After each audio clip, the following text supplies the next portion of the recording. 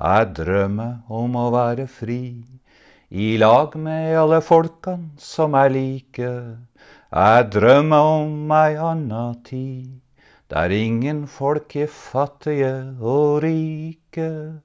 Jeg drømmer om at alle dem som trekker garnene langt der ut på skyen, skal få ei bedre tid i lag med dem som jobber skift på en fabrikk i byen, og dem som har en liten gård, noen kyr og ei gjeld dem ikke klarer. Jeg drømmer at de får en vår, de bruker til noe mer enn det å spare. Jeg drømmer at vi får en vår, da undertrykkinga på jorda stanser.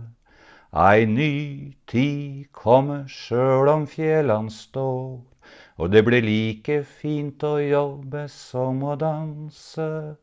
Ei ny tid kommer sjøl om fjellene står, og det blir like fint å jobbe som å danse.